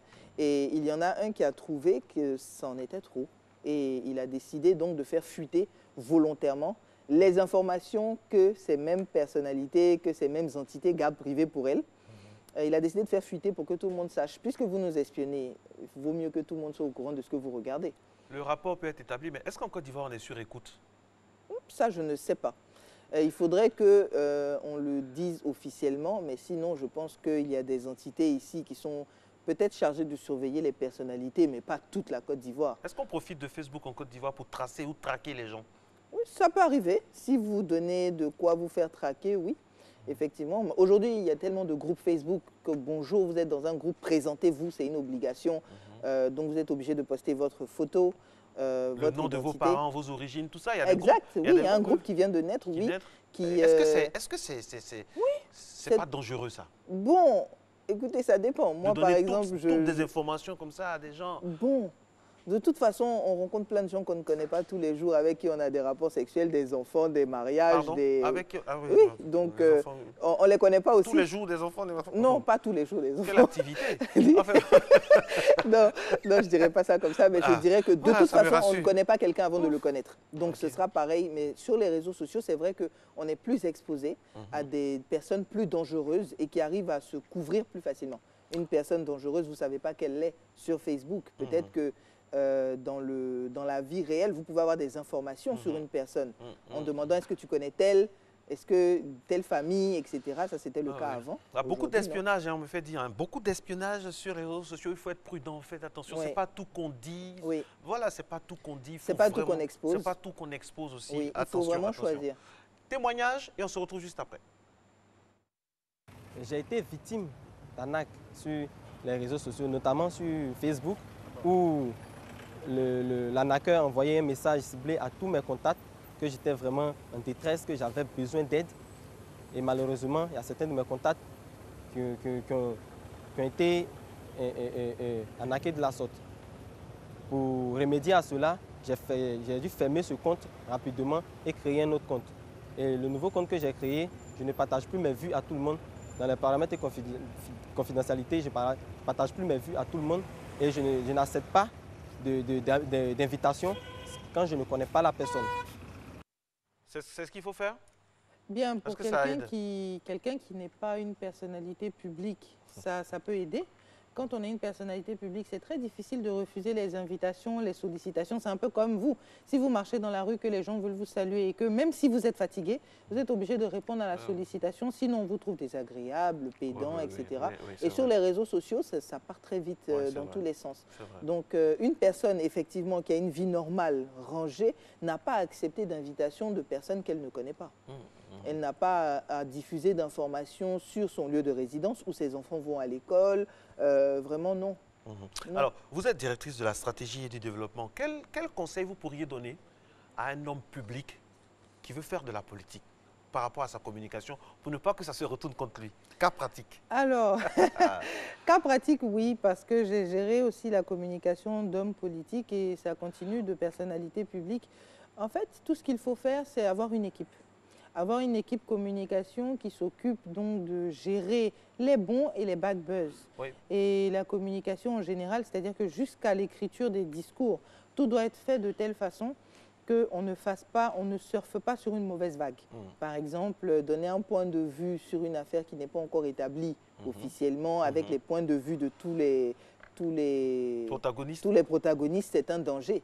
Parce que si on prend une position qui ne se trouve pas très très bonne, on ne mise pas sur le bon cheval au départ, on peut se retrouver dans de gros soucis plus tard. Vous, la spécialiste de votre regard, il y a à boire et à manger dans le comportement des gens sur les réseaux sociaux? Ah oui, il y a à boire et à manger. Qu'est-ce qui vous choque? Qu'est-ce qui vous horripile? Qu'est-ce qui vous plaît? Sur les réseaux sociaux? Oui. Je le disais hier encore sur mon profil, la familiarité. Quand on ne connaît pas une personne, ce n'est pas avenant et ce n'est pas une preuve de bonne éducation d'avoir de la familiarité avec la personne. C'est-à-dire même si la personne est publique. Moi, je suis une personne publique sur les réseaux sociaux. Vous n'avez pas besoin d'être mon ami pour commenter mes posts. Mais par contre, si vous ne me connaissez pas, j'ai eu un problème de dents. Très, très bête. Hein. Vraiment, c'est une anecdote très drôle. J'ai eu un problème de dents et j'étais chez le dentiste hier. Et entre-temps, il y a quelqu'un qui est venu, oui, ça va mieux, ça va mieux, sinon je n'aurais pas pu être là aujourd'hui. Et il y a quelqu'un qui est venu commenter comme si on était copains de bac à sable, en fait, en écrivant « Oui, mais n'utilise pas tes crocs pour manger des os la prochaine fois, etc. » Donc, je lui ai répondu, comme c'est toi qui me donnes l'argent du marché, la prochaine fois, il ne faut pas mettre l'argent des os dedans. Et le lendemain, il est encore revenu en disant est-ce que tu peux fermer la brèche, etc. J'ai répondu non, mais par contre, je peux te sortir avec grand plaisir de ma liste d'amis parce que le rang est long dehors. Donc la familiarité, est-ce qu'on doit répondre à fatigant. tout? Parce que moi, par exemple, si ce n'est pas les origines de mon père ou autre, vraiment on souffre. Si je voulais regarder ce qu'on dit sur les réseaux sociaux, quand je dis que je suis Annie, quel vrai Annie, mais c'est pas grave. Si je voulais regarder ça, il y a longtemps que je me serais suicidé. Heureusement que je suis là pour régler ça. Sinon, vraiment, on ne s'en sort pas. Comment faire? Est-ce qu'on doit répondre à tout? Oh non, on ne doit pas répondre à tout. Et puis, on doit se dire que quelqu'un qui Moi, ce qui me fait mal, c'est parce que mes enfants savent lire. Oui. À l'époque où les enfants ne savaient pas lire, ils ne pouvaient pas voir ça. Moi, mais maintenant que les enfants savent lire et qu'ils peuvent regarder. Je suis bien placée pour vous dire le nombre de trucs qu'on peut dire sur un homme public, un homme politique, puisque je suis une enfant d'homme politique, mais je paie à son âme. Mais n'empêche que, de toute façon, vos enfants vont devoir affronter ça tôt ou tard. Okay. Il faut les préparer à ça. Il ne faut juste pas répondre à tout. Tout ne mérite pas réponse. Regardez la personne qui vous écrit et puis vous voyez, et parfois le silence est la meilleure réponse. Merci infiniment. Vous êtes une pro. Blala Meita Soumaoro, connaît, juriste et directrice de la stratégie et développement. Va falloir s'habituer à ce visage qu'on verra le plus souvent les vendredis sur RTI 1 Matin Bonheur. Très bonne fête à toutes et à tous. C'est un jour férié aujourd'hui. Amusez-vous, sortez, célébrez la vie. Bonne journée à vous.